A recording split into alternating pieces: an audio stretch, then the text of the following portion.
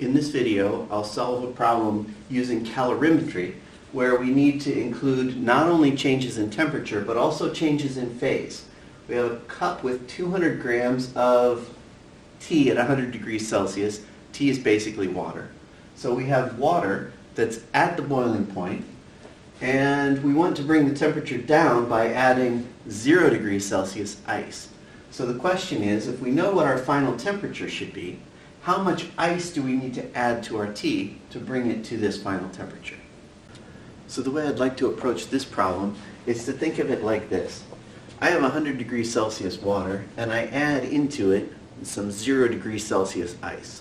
What I want to end up with is 70 degrees Celsius water with 70 degrees Celsius water. So what has to happen here is some heat has to leave the water. So there's some Q going from the water into the ice. It's enough heat that it will reduce the temperature of the water to 70 degrees, and it also has to be exactly enough heat to melt the ice and bring its temperature up to 70 degrees Celsius. So it's sort of a complicated question. I know the mass of the water, it was 200 grams, so I converted to SI units, kilograms. We have the initial temperature of the water, 100 degrees. We have the initial temperature of the ice, 0 degrees. The final temperature for both needs to be 70 degrees. Our latent heat of fusion, I know I'm dealing with ice and water here, so solid and liquid. I need the fusion for ice and water, so 3.35 times 10 to the 5th joule per kilogram. I also need the specific heats for both water and ice, because both the water and the ice are changing temperatures. So lots of things here to find that one unknown, mass of the ice. So it's a conservation of energy problem. So the total change in energy has to be 0. And that's the change in the heat of the water plus the change in heat of the ice. So that means if 0 is this, that means heat of the water is minus heat of the ice. So Q for the water, that's M water, C water, delta T water. And that's going to be minus Q for the ice. So M water, C water, delta T water, I'm going to go ahead and find this number so I don't have to keep writing it. So M of water is 0.2 kilograms, C for water 4186 joules per kilogram. Change in temperature of the water, that starts at 100 and ends at 70. So change is final minus initial. So 70 degrees Celsius minus 100 degrees Celsius. And that has to be minus Q for the ice. So Q for the ice is 2.51 times 10 to the 4th joules.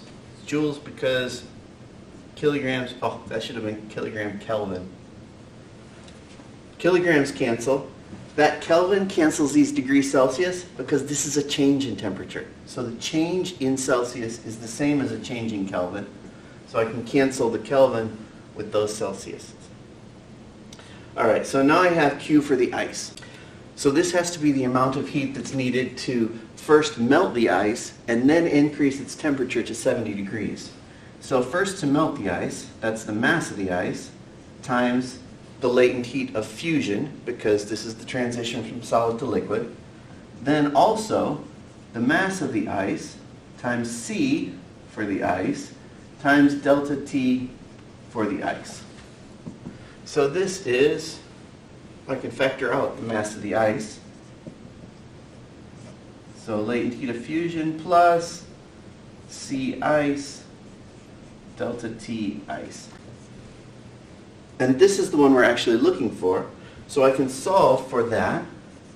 So mass of the ice is Q ice over LF plus C for the ice delta T ice, which is 2.51 times 10 to the fourth joules over latent heat of fusion,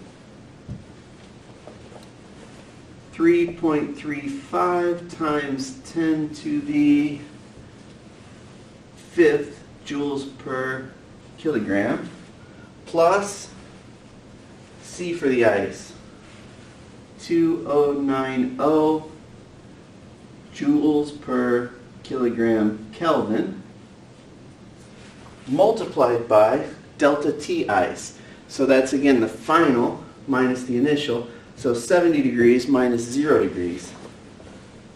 70 degrees Celsius minus 0 degrees Celsius. Okay, check our units. This is joules per kilogram, so I better be adding joules per kilogram to it.